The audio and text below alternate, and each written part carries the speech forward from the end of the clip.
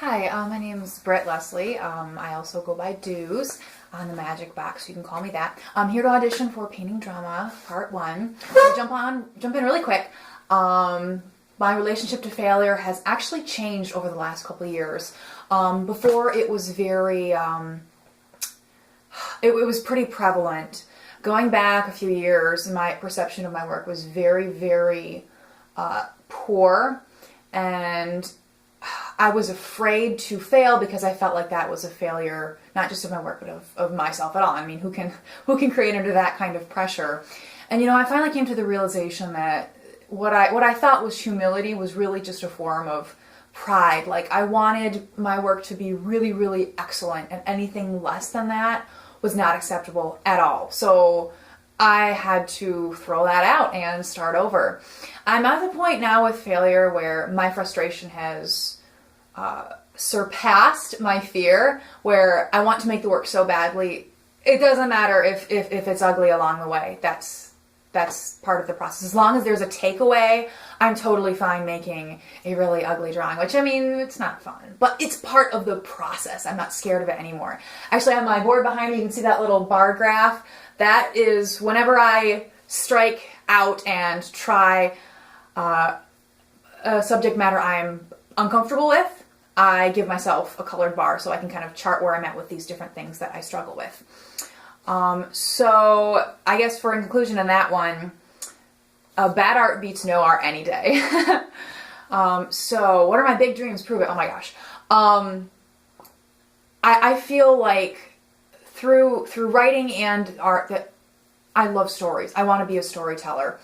To be able to like imagine something in your head and then have somebody else feel the same way, it is like a kind of magic, but not so ephemeral that you can't understand how to do it properly. And there are people out there who can do it well. So, I mean, why not learn from the best? I want to communicate through still pictures, and I also want to communicate through sequential art in like a graphic novel form.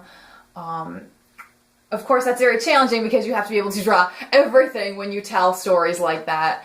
So, of course, that is a work in progress, that there are so many things to learn. But I'm so ready to I'm so ready to jump in. Number 3, what is your strongest strength? In my work, I really, really love rhythm and energy and intensity. Especially like I love facial expressions and anatomy and like really twisted poses and stuff like that.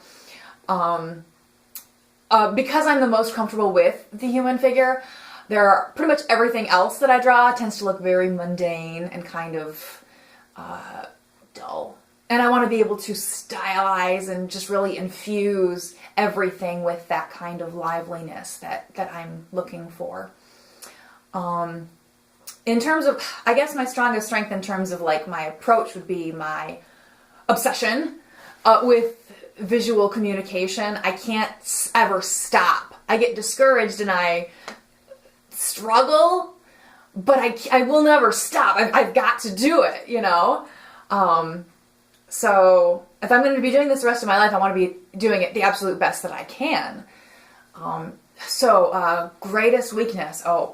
That would probably be confidence in my process, which is very clumsy. There's a lot of apprehension and uncertainty about the way that I approach my work. Like if I have an idea, my idea is over here, and this is the completed thing, and there's a big, big chasm in between. I try to jump over and I fall down here and I muddle around in the mud, and I might, if I'm really lucky, climb my way back out and then emerge on the other side partially victorious, but I'm covered in dirt and bleeding all over, and it's not an elegant victory. So even my wins are really not that rewarding.